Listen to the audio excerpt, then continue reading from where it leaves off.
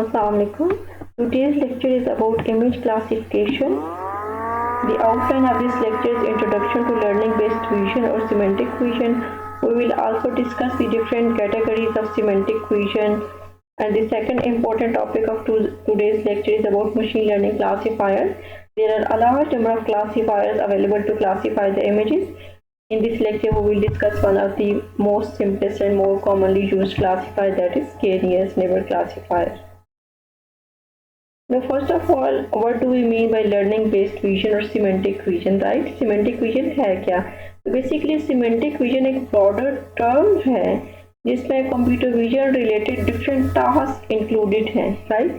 Like आपके पास कोई एक image है, तो semantic vision क्या है? उस image को देख के आप बता सकें या उस वीडियो को देख के आप बता सकें broadly उसमें कौन कौन से objects exist कर रहे हैं and so on आप बता सकें particular person है, ठीक है, उसके नेम से आप बताइए पर्सन एग्जिस्ट कर रहा है या फिर डिफरेंट पिक्सेल्स किस ऑब्जेक्ट से बिलोंग कर रहे हैं, ठीक है। एक इमेज में आप कहते हैं कि लाइक स्काई है, ट्रीज हैं, पर्सन्स हैं एंड सो ऑन। तो ये बेसिकली सिमेंटिक विजन है, ब्रॉडली डिफरेंट टास्क इसमें इंक्लूडेड हैं। फ्यू एग्जांपल्स अपकमिंग स्लाइड में हम डिस्कस करते हैं।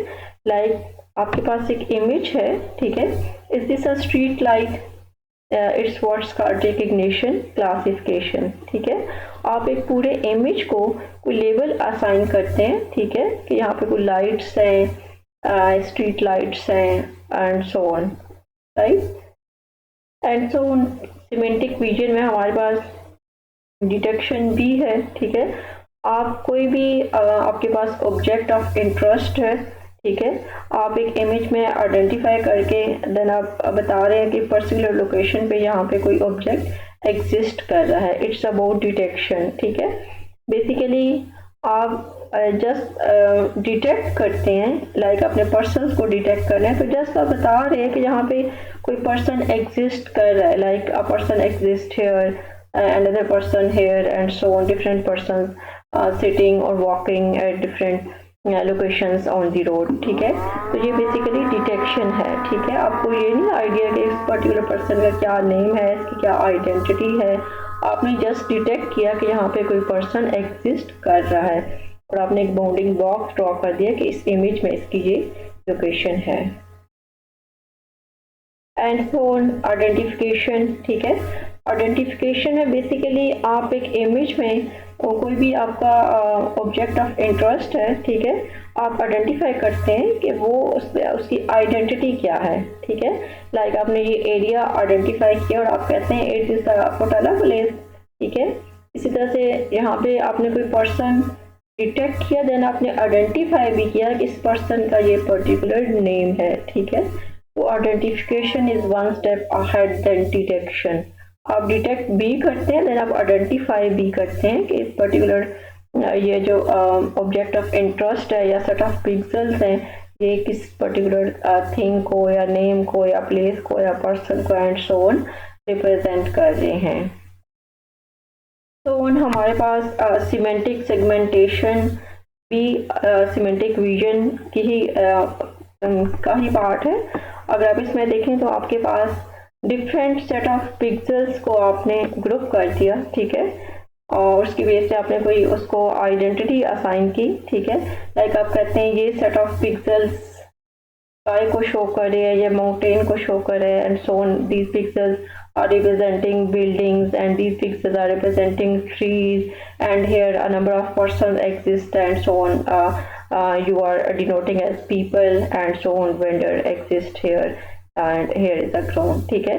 तो सिमेंटिक सेगमेंटेशन बेसिकली क्या है, आप पूरे इमेज को डिफरेंट पार्ट्स में, ठीक है, सेगमेंट डिफरेंट सेगमेंट्स बना देते हैं, उन सेगमेंट्स को आप रिप्रेजेंट कर रहे हैं और एक नेम से कि ये सेगमेंट आपके पास किस पर्टिकुलर ऑब्जेक्ट को रिप्रेजेंट कर रहा है, ठीक है। तो उन ऑब्जेक्ट कैटेगराइजेशन, ठीक है, डिफरेंट सेगमेंट्स के अकॉर्डिंग आप इमेज को कैटेगराइज करते हैं और ऑब्जेक्ट्स को रिप्रेजेंट करते हैं, ये पर्टिकुलर ऑब्जेक्ट इस इमेज में यहाँ पे एग्जिस्ट कर रहा है।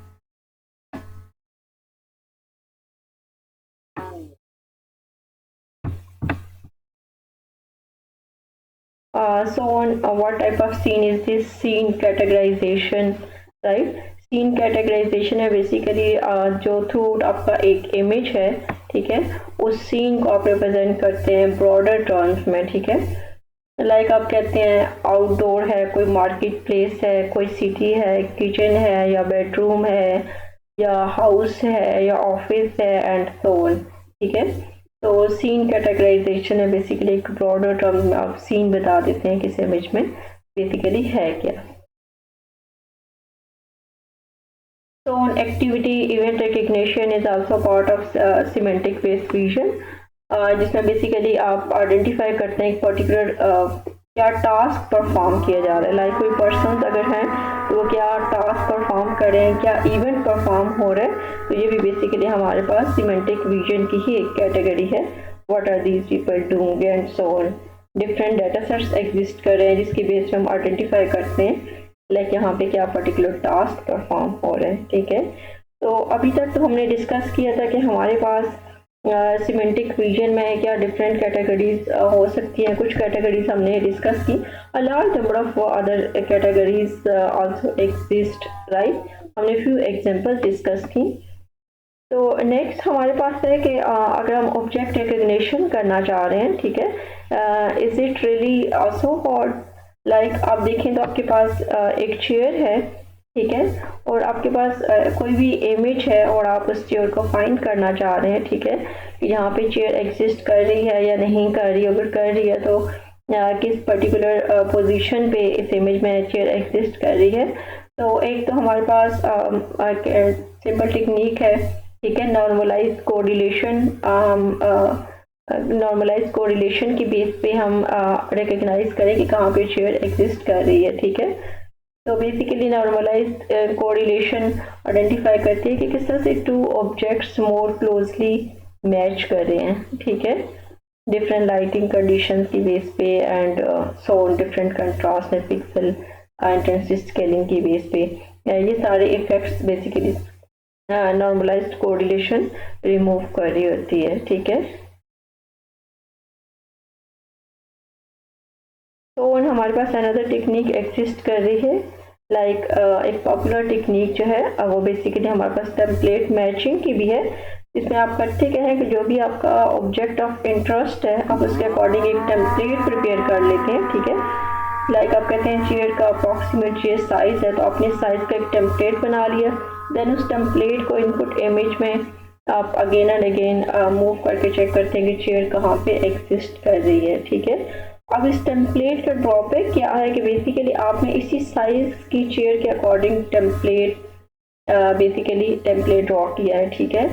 अब अगर आप इमेज स्केलिंग परफॉर्म करते हैं, ठीक है, किसी इमेज में चेयर स्मॉलर साइज में आ गई है, ठीक है, वो स्केल्ड इमेज है, तो चेयर स्मॉलर साइज में आ गई तो डेफिनेटली आपका टेम्पलेट उसको आइडेंटिफाई नहीं कर पाएगा क्योंकि ये टेम्पलेट के तो डिफाइंड डायमेंशंस हैं। सिमिलरली कोई इमेज स्केल आपने किया हुआ है, आपके पास चेयर का ये जो साइज है इससे बड़ी साइज की चेयर अवेलेबल है किसी इमेज में शो हो रही है, तो उस केस में भी क्या होगा आपका टेम्पलेट आइडेंटिफाई नहीं कर पाएगा।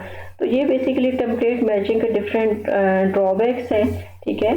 अब 3 डायमेंशनल सीन एनालिसिस नहीं कर सकते, इसी तरह से ऑक्लूजन है या व्यू एंगल चेंज हो रहा है एंड सो ऑन, तो उस केस में भी आप टेम्पलेट मैचिंग आपके पास फेल हो जाएगी in order to identify the object of interest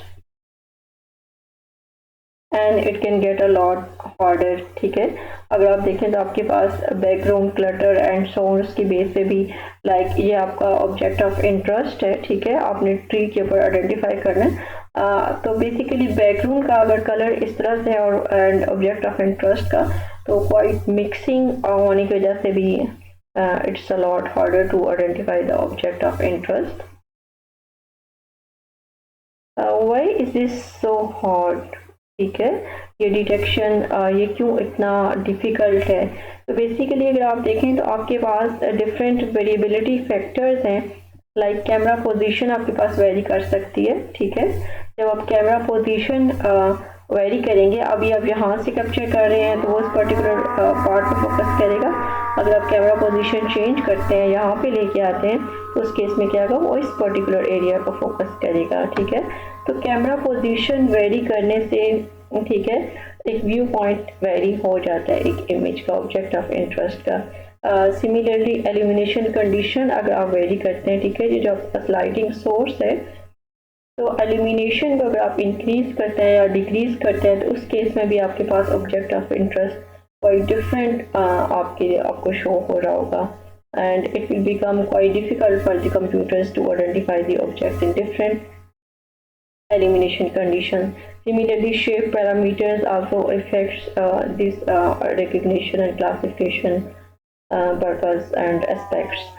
तो अगर हम डिफरेंट कैमरा पोजीशन के बेस पे, डिफरेंट एल्यूमिनेशन कंडीशन के बेस पे, डिफरेंट शेप पैरामीटर्स के बेस पे एक सिंगल ऑब्जेक्ट ऑफ इंटरेस्ट को कंसीडर करें, सेट ऑफ इमेजेस हमारे पास आ सकते हैं जिसको हम कहते हैं ट्रेनिंग डाटा सेट, ठीक है। आप कैमरा पोजीशन चेंज करके जहाँ पे लेके आते हैं, यहाँ पे लेके आते हैं, यहाँ पे मूव कर देते हैं, तो एक ही इमेज के डिफरेंट व्यूज आपके पास आ जाएंगे, means different set of images, ठीक है। तो ये डिफरेंट फैक्टर्स हैं जिनको अपकमिंग फ्यू स्लाइड में हम डिस्कस करेंगे कि हमारा मेन टारगेट क्या होता है कि हम कोई ऐसे फीचर्स सेलेक्ट कर लें जो features invariant to this particular factors हों, ठीक है। How many object categories are there, ठीक है। अगर आप इस पिक्चर को देखें, इस इमेज को देखें, तो यहाँ पे a large number of objects exist, ठीक है। So it's quite difficult to identify the different objects in this image.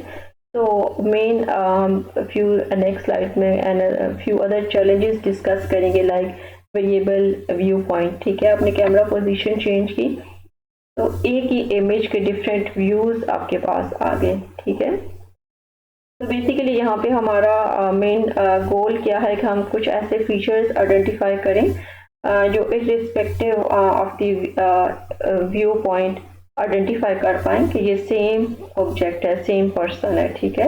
और ये इमेज प्रोवाइड करें या ये प्रोवाइड करें या फिर ये टेस्ट इमेज प्रोवाइड करें तो भी हमारा जो मॉडल है वो आइडेंटिफाई कर पाए, ठीक है। तो इस बेस पे हमारे मॉडल की एक्यूरेसी एंड जज होती है कि वो कितना एक्यूरेट मॉडल है या फिर कितना बेस्ट मॉडल हमने ट्रेन किया है और कितने बेस्ट फीचर्स हमने सेलेक्ट किए हैं एंड सो ऑन। इसी तरह से वेरिएबल एलिमिनेशन कंडीशंस अगर आप देखें तो सेम ऑब्जेक्ट्स हैं, ठीक है। यहाँ पे आप देखें तो मोर डार्कर एरिया है, ठीक है, a little bit more lighter, ठीक है। आपने एल्यूमिनेशन इंक्रीज कर दी एंड सो ऑन। यहाँ पे अगर आप देखें तो अब ये शेडो इफेक्ट्स भी आ रहे हैं, आल्दो ऑब्जेक्ट्स हमारे पास सेम है, शेडो इफेक्ट्स इस इमेज में आ गए हैं, ठीक है। तो ये बेसिकली अब हमारा गोल है कि फीचर्स हम कैसे सेलेक्ट करें, क्लासीफायर हम कैसा सेलेक्ट करें, डाटा सेट हम कैसा सेलेक्ट करें, जो बेसिकली इन सारे डिफरेंट एस्पेक्ट्स को ओवरकम करके भी बताए कि ये सेम इमेज है, वो आइडेंटिफाई कर पाए, हमारा मॉडल डिटेक्ट कर पाए, क्लासीफाई कर पाए एंड सो ऑन। इसी तरह से हमने अनदर चैलेंज की बात की थी स्केलिंग। अगर यहाँ पे आप देखें तो आपके पास स्मॉलर साइज इमेज है, ठीक है, person size and person size smaller है, लैपटॉप साइज लार्जर है, ठीक है। लैपटॉप को आप स्केल अप करें, पर्सन साइज को आप स्केल डाउन करें एंड सो ऑन। इस इमेज को आप देखें तो आपके पास पर्सन बेसिकली मैन को आपने स्केल अप कर लिया है, लैपटॉप आपका स्केल डाउन है, तो ये भी एक चैलेंज है, ठीक है। ये आपके मॉडल के लिए क्वाइट चैलेंजिंग है and so on. Deformation is another challenge. Both figures में अगर आप देखें तो आपके पास सेम व्हीकल एग्जिस्ट कर रही है, इसका क्वाइट डिफॉर्म्ड है, ठीक है, एंड सो ऑन। अगर यहाँ पे देखें तो डिफरेंट पर्सन के डिफरेंट डिफॉर्मेशंस हैं, ठीक है। तो आपका model is able to identify or not and so on. Occlusion is also a challenge, ठीक है, जिसमें बेसिकली हमारे पास जो ऑब्जेक्ट ऑफ इंटरेस्ट है, लाइक आपने हॉर्स आइडेंटिफाई करना है या आपने पर्सन आइडेंटिफाई करना है, तो ऑक्लूजन क्या है अगर आप देखें तो कुछ पार्ट ऑब्जेक्ट ऑफ इंटरेस्ट का हमारे पास ट्रीज के पीछे हिडन है, ठीक है। तो ट्रीज हमारे पास फोरग्राउंड बन गए, तो कुछ पार्ट हमारे पास ऑब्जेक्ट ऑफ इंटरेस्ट का बैकग्राउंड बन चुका है। तो ये भी एक चैलेंज है कि हम पे भी आइडेंटिफाई कर पाएँ। इसी तरह से ये भी अक्लूजन है, ठीक है। लाइक आपने कोई फेस रिकग्निशन का टास्क परफॉर्म करना है तो इसमें आप देखें तो a lot of facial area is hidden by hands and so, जहाँ पे आईज हिडन है एंड सो, जहाँ पे आप देखें तो बेसिकली क्या है, ये अक्लूजन है जिसमें अगर आपका जो भी ऑब्जेक्ट ऑफ इंटरेस्ट है वो एक्सेसरीज की बेस पे एंड सो ऑन हिडन होता है किसी अनदर ऑब्जेक्ट से and so on. Similarly background clutter है, ठीक है। अगर आप यहाँ पे आप देखें तो आपके पास pillow covers and so on, dress cover quite matching है, ठीक है। तो इस पेज में बेसिकली बैकग्राउंड क्लटर, आपके पास जो ऑब्जेक्ट ऑफ इंटरेस्ट और जो बैकग्राउंड है वो क्वाइट मिक्सिंग है, ठीक है।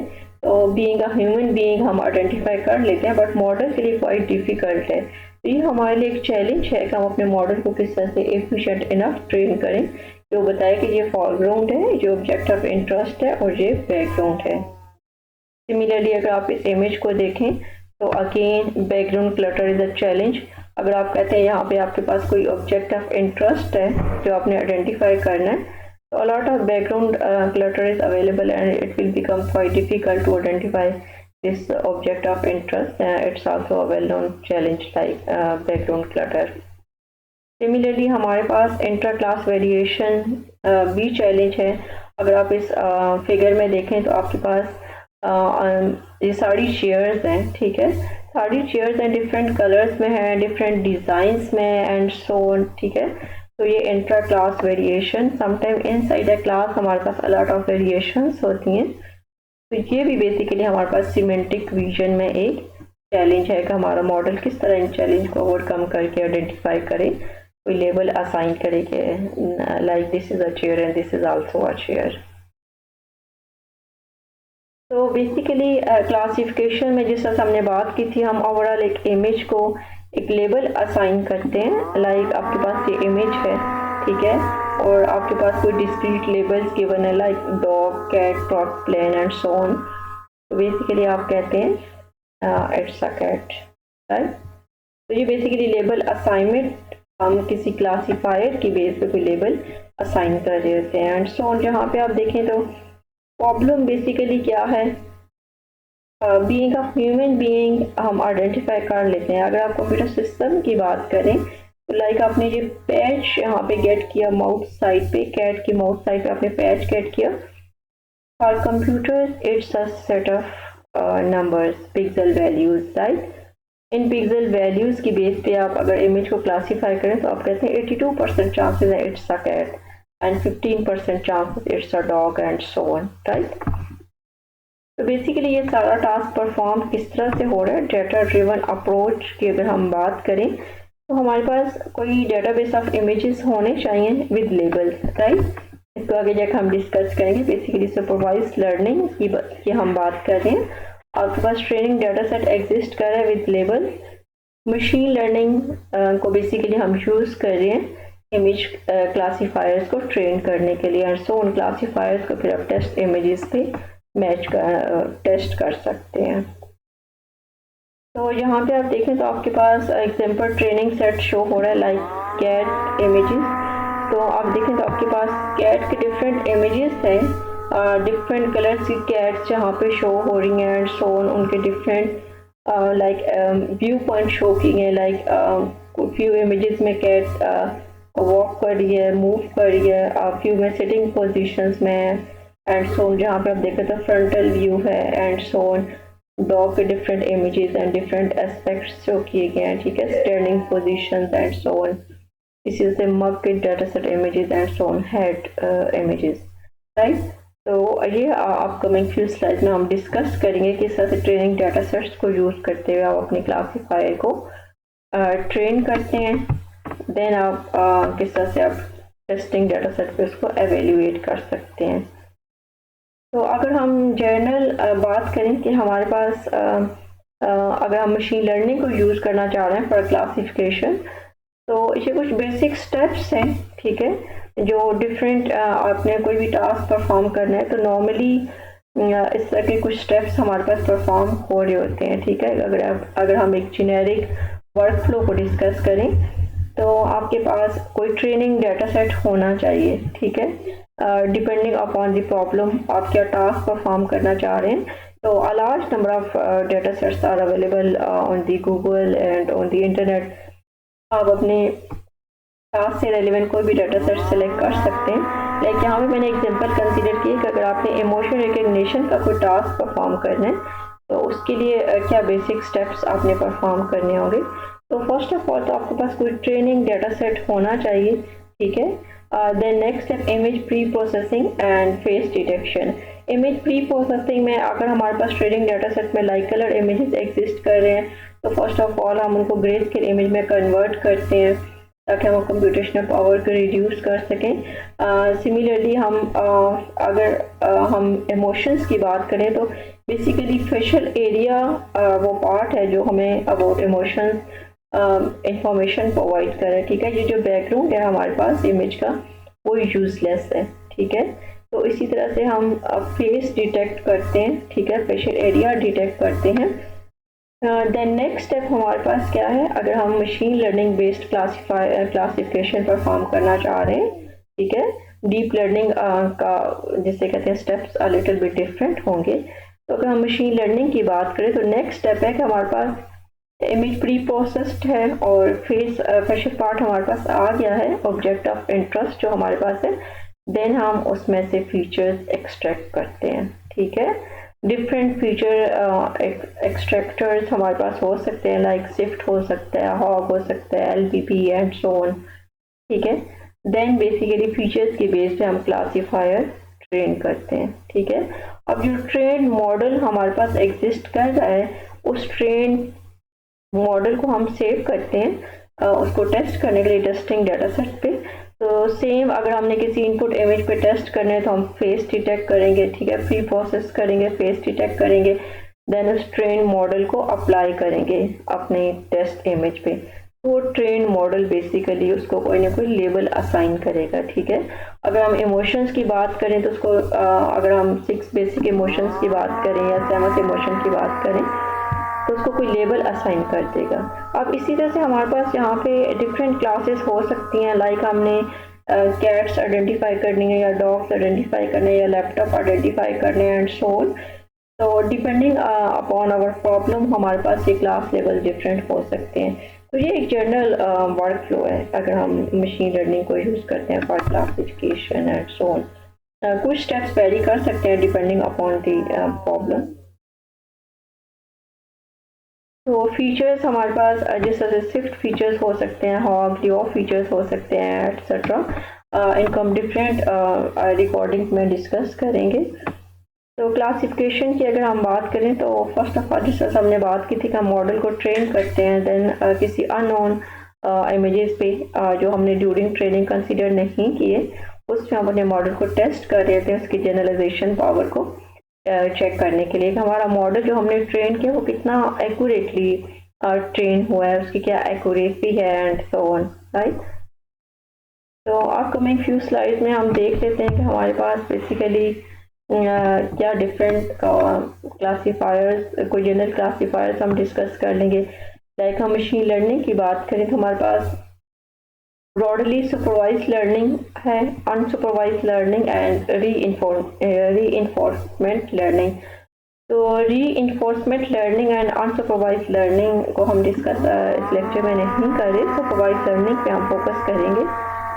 तो बेसिकली सुपरवाइज लर्निंग में क्या है, आपके पास जो भी डिफरेंट डाटा सेट्स हैं, ठीक है, वो लेबल्ड डाटा सेट्स हैं, ठीक है। इसकी 2 कैटेगरीज हैं, लाइक क्लासिफिकेशन एंड रिग्रेशन। तो क्लासिफिकेशन में क्या है कि आपके पास जो क्लास लेबल्स हैं वो बेसिकली डिस्क्रीट लेबल्स हैं, ठीक है, like yes, no and so on. और अगर हम रिग्रेशन की बात करें तो हमारे पास रियल वैल्यूड है, ठीक है, लाइक आपके पास कोई डिफरेंट बिल्डिंग्स हैं एंड सो ऑन, आप उनकी कॉस्ट एस्टिमेशन करना चाह रहे हैं कि कितनी कॉस्ट आएगी एक अननोन बिल्डिंग कंस्ट्रक्शन पे एंड सो ऑन। तो कॉस्ट आपके पास रियल वैल्यूड कोई आउटपुट क्लास है, तो ये हमारे पास रिग्रेशन में लाई कर रहे हैं, ठीक है। In today's lecture we will discuss about classification जिसमें आपके पास डिस्क्रीट लेबल्स होंगे like yes and no and so on. Unsupervised learning को डिफरेंट किसी रिकॉर्डिंग में हम टारगेट करेंगे। तो बेसिकली अगर हम एब्स्ट्रैक्ट लेवल पे डिस्कस करें तो हमारे पास ये मेजर कैटेगरीज हैं। Most important example like dimensionality reduction के लिए हम यूज़ कर सकते हैं एंड सो ऑन। क्लस्टरिंग में हम यूज़ करते हैं सुपरवाइज लर्निंग। तो सुपरवाइज लर्निंग में डिफरेंट क्लासीफायर्स हैं हमारे पास। In today's recording we will discuss one of the simplest category, that is k nearest neighbor classifier, and it's also most commonly used. So basically k nearest neighbor classifiers को देख लेते हैं।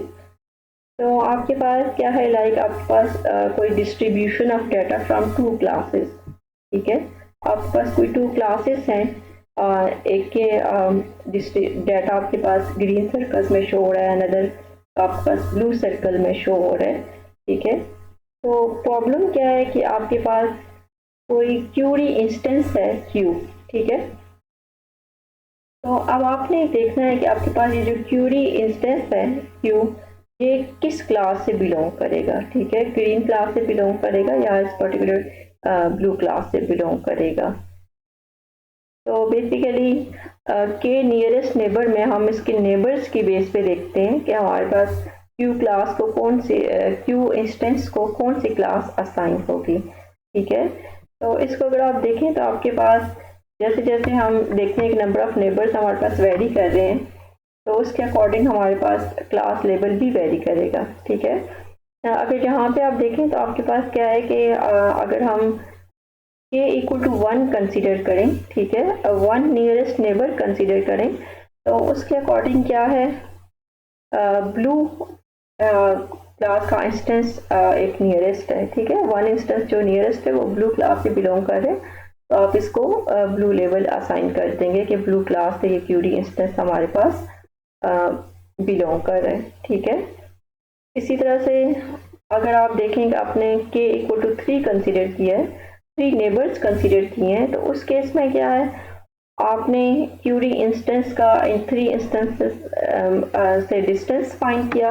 आपने देखा कि shortest distance से ये 3 instance exist कर रहे थे, और इस 3 में क्या है, मेजॉरिटी रेड क्लास है, ठीक है। तो आप इस क्यूरी इंस्टेंस क्यू को असाइन कर देंगे red class neighbour. Basically majority voting की बेस पे आप ये असाइन करें। इसको अपकमिंग एक एग्जांपल की बेस पे हम और डिटेल में देख लेते हैं कि आप किस तरह से बेसिकली ये लेबल्स असाइन कर रहे होते हैं।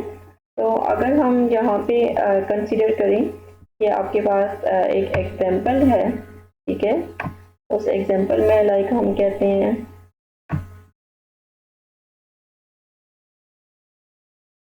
अगर हम एक एग्जांपल कंसीडर करें कि नियरेस्ट नेबर मॉडल की, तो एग्जांपल क्या है, आपने क्लासीफाई करना है whether a customer will respond to a survey question using a 3 nearest neighbor classifier, ठीक है। अब इसमें आप देखें तो आपके पास ये डिफरेंट इंस्टांसेस हैं, ठीक है।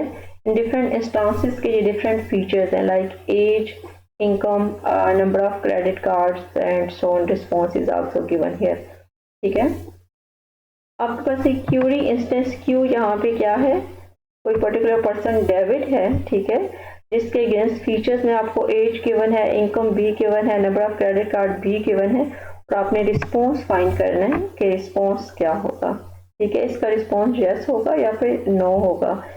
तो बेसिकली अगर हम के नियरेस्ट नेबर मॉडल को कंसीडर करें, ठीक है, तो हम कैलकुलेट करेंगे कि ये जो क्यूरी इंस्टेंस है, ये रिमेनिंग ट्रेनिंग डाटा सेट्स में जितने भी इंस्टांसेस हैं उनमें किसके क्लोजेस्ट है, ठीक है। तो कोई 3 नियरेस्ट नेबर हम कैलकुलेट करेंगे किसके क्लोजेस्ट है। अब ये जो हमने फाइंड करना है कि किसके क्लोजेस्ट है या किससे ये ज़्यादा सिमिलर है, तो ये बेसिकली हम कैलकुलेट कर रहे हैं डिफरेंट डिस्टेंस फार्मूलाज की बेस पे, ठीक है।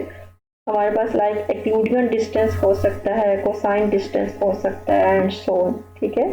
तो Euclidean distance one of the category that is most commonly used. इसके अलावा हमारे पास इसी तरह से मैनहट्टन डिस्टेंस हो सकता है। तो ये बेसिकली हमारे पास एक हाइपर पैरामीटर भी है के नियरेस्ट नेबर क्लासीफायर का कि हम डिस्टेंस फार्मूला कौन सा सेलेक्ट करते हैं। तो सिंपली हमारे पास जो भी डिफरेंट फीचर्स हैं उन फीचर्स को कंसीडर करते हुए हम डिस्टेंस कैलकुलेट करते हैं। तो जितना स्मॉलर डिस्टेंस होगा इतनी सिमिलैरिटी हाई होगी। In short distance is inversely proportional to the similarity. ठीक है, तो फॉर एग्जांपल हमारे पास कोई 2 पॉइंट्स हैं, ठीक है, ए एंड बी। तो अगर हम मैनहट्टन डिस्टेंस डिफाइन करें तो कॉरस्पॉन्डिंग फीचर पॉइंट्स को आप कंसीडर करते हैं। ठीक है, 2 - 7 एंड सो 5 - 1। तो मैनहट्टन डिस्टेंस के अकॉर्डिंग हमने पॉजिटिव वैल्यू कंसीडर करनी है। तो पॉजिटिव वैल्यू यहाँ पे आपके पास -5 का +5 कंसीडर करेंगे एंड सो ऑन।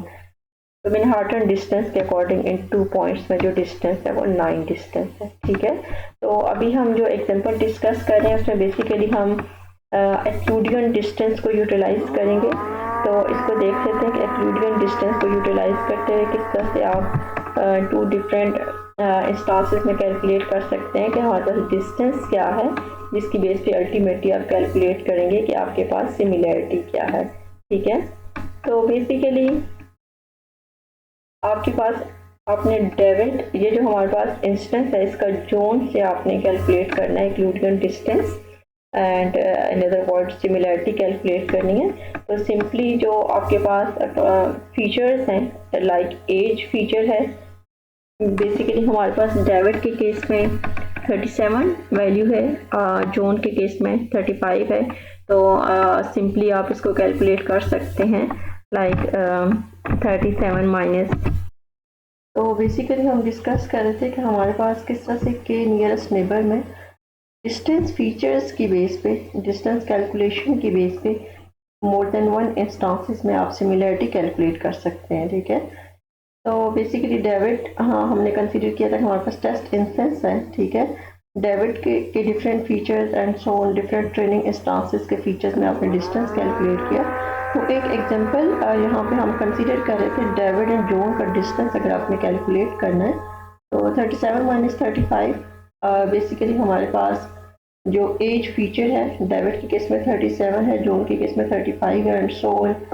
इनकम हमने कंसीडर की 50 - 35 के। अच्छा, यहाँ पे अभी यूनिट को हम इग्नोर कर रहे हैं। ठीक है, जो इनकम का यूनिट है वो के है, किलो में है। इनकम हमारे पास लाइक 50,000 एंड जो के केस में 35,000 है। अभी हम के को कंसीडर नहीं कर रहे, इसको हम नेक्स्ट स्लाइड में डिस्कस करेंगे। तो इसी तरह से नंबर ऑफ क्रेडिट कार्ड्स की हम बात करें तो जोन के केस में हमारे पास 3 क्रेडिट कार्ड्स हैं, सोन डेविड के केस में 2 क्रेडिट कार्ड्स हैं। तो सिंपली जो हमारे पास एक्लूडियन डिस्टेंस है उसकी बेस पे हमने डिस्टेंस कैलकुलेट किया, फिर हम इसका स्क्वायर रूट ले लेंगे। तो डेविड एंड जॉन का डिस्टेंस हमारे पास 15.16 है। ठीक है, इसी तरह से David and different training instances का हमने डिस्टेंस कैलकुलेट किया जो यहाँ पे शो हो रहा है। ठीक है, अब यहाँ पे हमने डिस्कस किया था कि हम 3 नियरेस्ट नेबर कंसिडर कर रहे हैं। ठीक है, हाइपर पैरामीटर की एंड नंबर ऑफ नेबर्स जो हैं उसकी वैल्यू हमने 3 कंसिडर की है।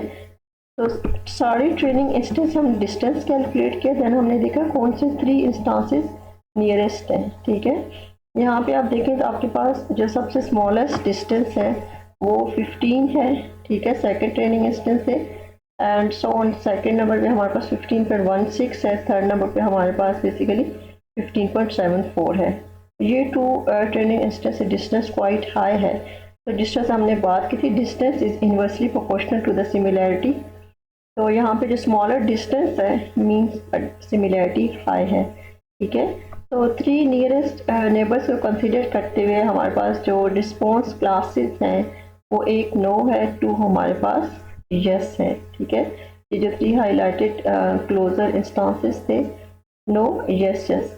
तो यहाँ पे मेजॉरिटी वोट हमारे पास क्या है, वो यस का है। ठीक है, तो मेजॉरिटी वोट यस की बेस पे हम यस क्लास असाइन कर देंगे अपने टेस्ट इंस्टेंस को। ठीक है, तो डेविड के केस में रिस्पॉन्स हमारे पास यस होगा।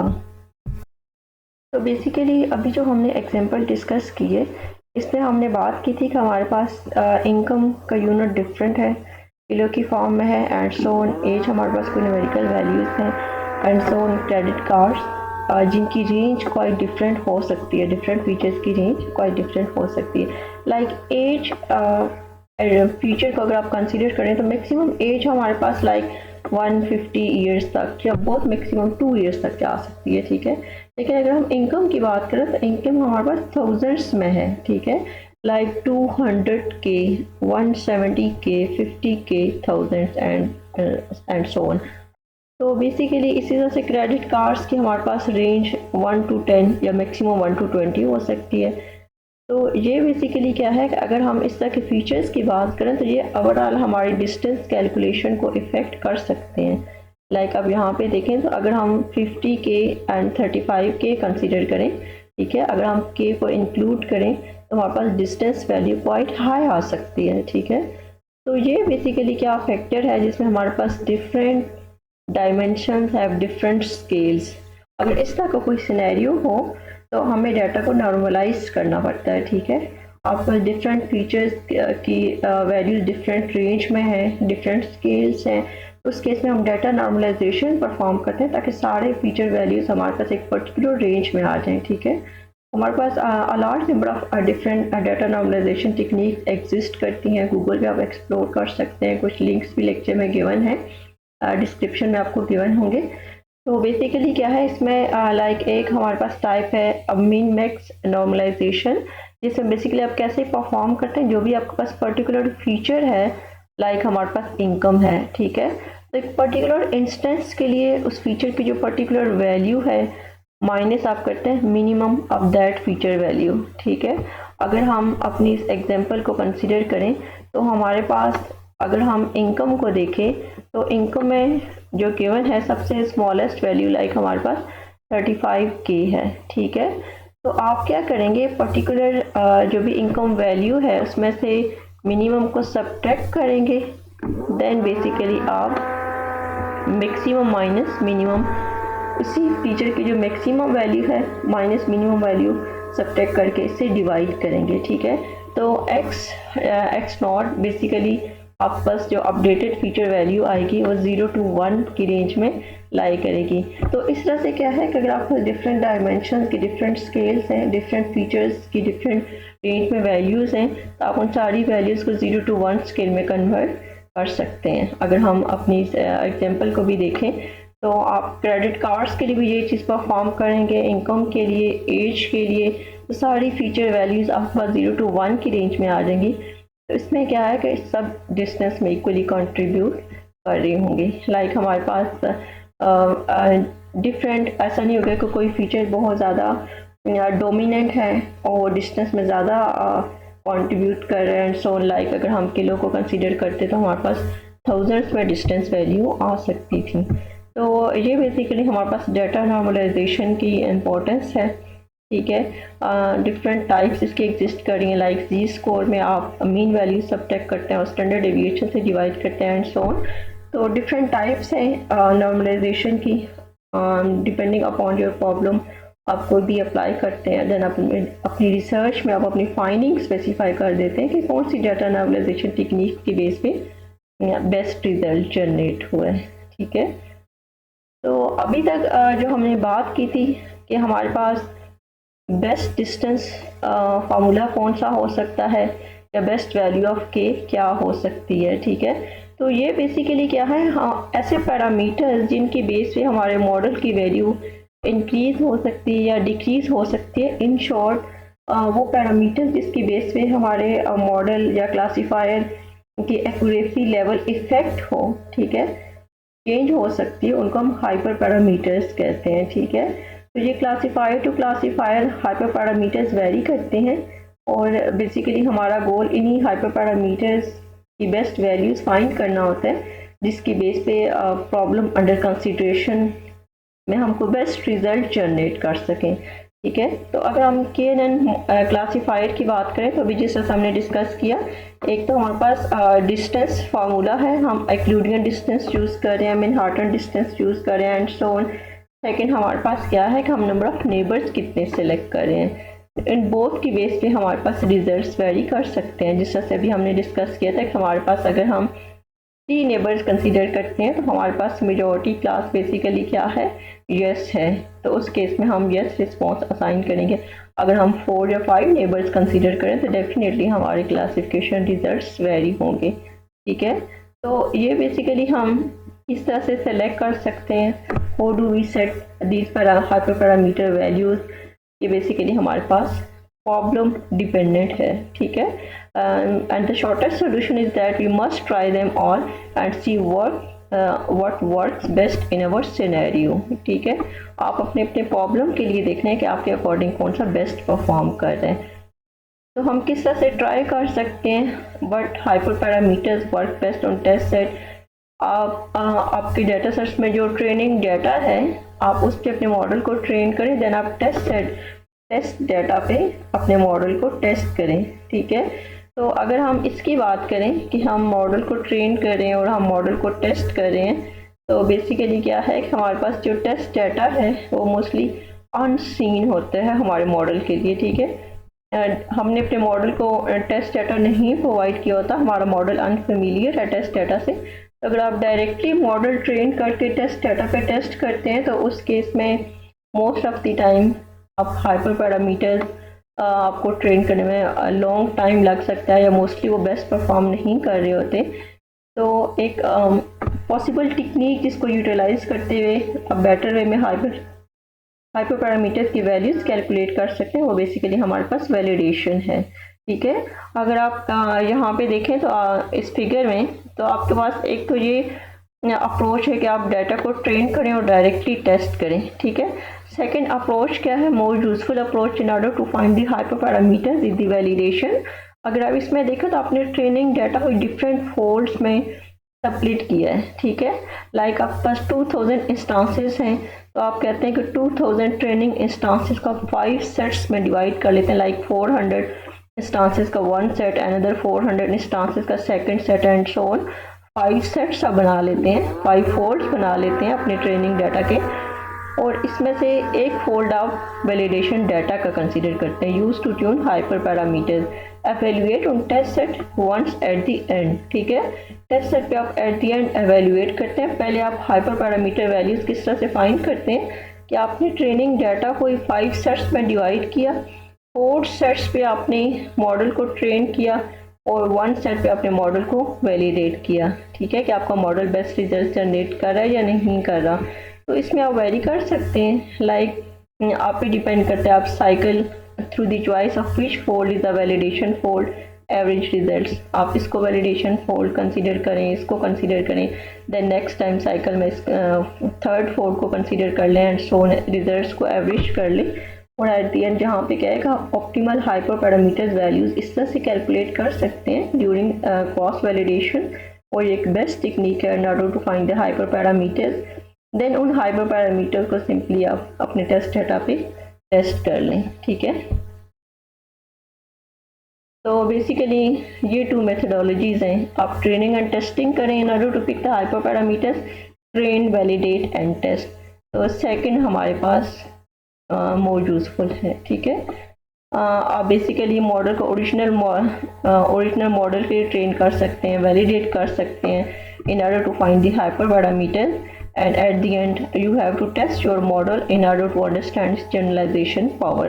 ठीक है, जितना आपका मॉडल टेस्ट डाटा पे बेस्ट रिजल्ट जनरेट करेगा जितनी उसकी जनरलाइजेशन पावर हाई होगी, इतना हम कहते हैं कि वो मॉडल हमारे पास एक बेस्ट ट्रेन मॉडल है। ठीक है, तो अगर हम KNN या के नियरेस्ट नेबर क्लासीफायर की बात करें तो इसमें बेसिकली क्या है, अगर हम कहते हैं N ट्रेनिंग इमेजेस हैं और M टेस्ट इमेजेस हैं, तो ट्रेनिंग कम्प्लेक्सिटी हमारे पास O(1) है।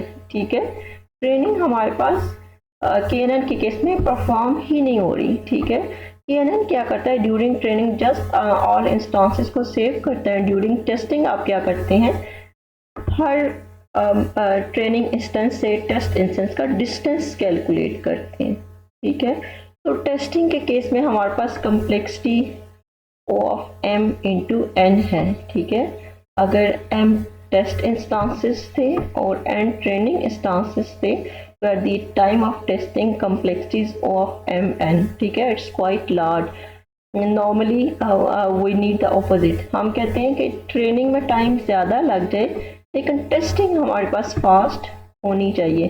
तो ये बेसिकली एक हमारे पास एक मेजर प्रॉब्लम है, मेजर कॉन्स है KNN क्लासीफायर के केस में। इसीलिए इसको लेजी लर्नर भी कहते हैं कि आपको ऑल ट्रेनिंग इंस्टांसेस मेमोरी में सेव रखने पड़ते हैं जब भी आपने किसी टेस्ट इंस्टेंस को टेस्ट करना होता है। जिस तरह से भी हमने ये एग्जांपल डिस्कस की थी, तो यहाँ पे हमने देखा था कि जब आपके पास टेस्ट इंस्टेंस आया ट्रेनिंग में, तो आपने कुछ नहीं किया, जस्ट सारे इंस्टांसेस को सेव कर लिए, ठीक है, ये डाटा आपके पास एग्जिस्ट कर रहा है। जब आपके पास टेस्ट इंस्टेंस आया, डेविड टेस्ट इंस्टेंस, आपने इसको टेस्ट करना था, तो at the time of testing आपने क्या किया, इस टेस्ट इंस्टेंस का सारे ट्रेनिंग इंस्टांसेस से डिस्टेंस कैलकुलेट किया, ठीक है। आपके पास 5 ट्रेनिंग इंस्टांसेस थे, 1 टेस्ट इंस्टेंस था, तो बेसिकली आपके पास O of mn 5 into 1 5, ठीक है। तो अगर आपके पास यही ट्रेनिंग इंस्टांसेस थाउजेंड्स में होते, ठीक है, 5000 10,000, इट मीन्स आपको 5000 या 10,000 डिस्टेंस वैल्यूज कैलकुलेट करनी पड़ती। जब आपके पास सारी वैल्यूज आ जाती तभी आप उसमें से आइडिया गेट करते हैं ना कि आपके पास कौन सी 3 नेबर्स हैं या आपके पास कौन से 5 इंस्टांसेस हैं जो टेस्ट इंस्टेंस के मोर क्लोजेस्ट हैं। तो बेसिकली आपके पास इनिशियल स्टेप यही था कि आपने सारे डिस्टेंसेस कैलकुलेट करने थे। तो इस वजह से हम कहते हैं कि ये एक लेजी लर्नर है, वो टेस्टिंग में O of mn कम्प्लेक्सिटी है, ठीक है। आपके पास बेसिकली क्या है कि टेस्टिंग फास्ट होनी चाहिए, लेकिन KNN के केस में टेस्टिंग क्वाइट स्लो है, ठीक है। अगर आप साइफर 10 डाटा सेट को कंसिडर करें, ठीक है, जिसमें बेसिकली 10 लेबल्स हैं, 10 डिफरेंट आउटपुट क्लासेस हैं, ठीक है, और 50,000 ट्रेनिंग इमेजेस हैं, 10,000 टेस्ट इमेजेस हैं, ठीक है। तो इस केस में क्या है कि हर टेस्ट इंस्टेंस के लिए आपको 50,000 ट्रेनिंग इमेजेस से डिस्टेंस कैलकुलेट करना पड़ता। देन उसमें आप देखते जिस तरह से यहाँ पे शो हो रहा है, for every test image first column examples of nearest neighbour in rows, आपने ये जहाँ पे नियरेस्ट नेबर जितने भी इंस्टांसेस थे रोज में शो किए हैं, ठीक है। तो लेकिन इनिशियल स्टेप पे यही था कि आप 50,000 डिस्टेंसेस कैलकुलेट करते उस टेस्ट इंस्टेंस का। देन आप उसमें से देखते किन इंस्टांसेस से डिस्टेंस लेस है, देन वो लेस डिस्टेंस वाले इंस्टांसेस आपने यहाँ पे रो में शो किए हुए, ठीक है, जो क्वाइट मोर सिमिलर हैं इस टेस्ट इंस्टेंस से। तो ये बेसिकली एक मेजर जो हम कहते हैं कि हमारे पास कौन है, ठीक है, KNN क्लासीफायर का search is very expensive, storage requirements high हैं, difficulty with high dimensional data, ठीक है। आपके पास number of training instances increase कर जाएं या फिर आपके पास एक सिंगल इंस्टेंस के केस में नंबर ऑफ फीचर्स इंक्रीज़ कर जाएं, तो बोथ केसेस में आपके पास कंप्यूटेशनल पावर इंक्रीज़ हो रही है, ठीक है, क्योंकि आप बेसिकली डिस्टेंस में हमने देखा था कि हम डिफरेंट फीचर्स को भी कंसिडर कर रहे हैं, ठीक है, और डिफरेंट इंस्टांसेस को भी कंसिडर कर रहे हैं। तो हाई डायमेंशनल डाटा हो तो नंबर ऑफ फीचर्स इंक्रीज कर जाएंगे, मोर कैलकुलेशंस आपको परफॉर्म करनी पड़ेंगी। इसी तरह से मोर ट्रेनिंग इंस्टांसेस इंक्रीज हो जाए तो उस केस में भी आपको मोर कैलकुलेशंस परफॉर्म करनी पड़ेंगी। इन अदर वर्ड्स आपको हाई कंप्यूटेशनल पावर रिक्वायर होगी, ठीक है। तो प्रॉस क्या है, एडवांटेज क्या है हमारे पास KNN क्लासीफायर का, simple jet effective, quite simple है, ठीक है, क्वाइट इजी टू अंडरस्टैंड है, मोर कॉमनली यूज हो रहा है एंड सो ऑन। तो ये डिफरेंट रेफरेंसेस डिस्क्रिप्शन बॉक्स में भी गिवन होंगे, आप मोर डिटेल में एक्सप्लोर कर सकते हैं। तो बेसिकली ये हमारे पास KNN क्लासीफायर था, क्वाइट इजीली आप डिफरेंट डोमेन्स में, इमेज क्लासिफिकेशंस में एंड सो ऑन यूज़ कर सकते हैं। आप पे डिपेंड करता है कि आप अपने प्रॉब्लम के अकॉर्डिंग किस तरह से best hyper parameter values calculate करते हैं और उसकी बेस पे आप बेस्ट रिजल्ट्स जनरेट कर सकते हैं।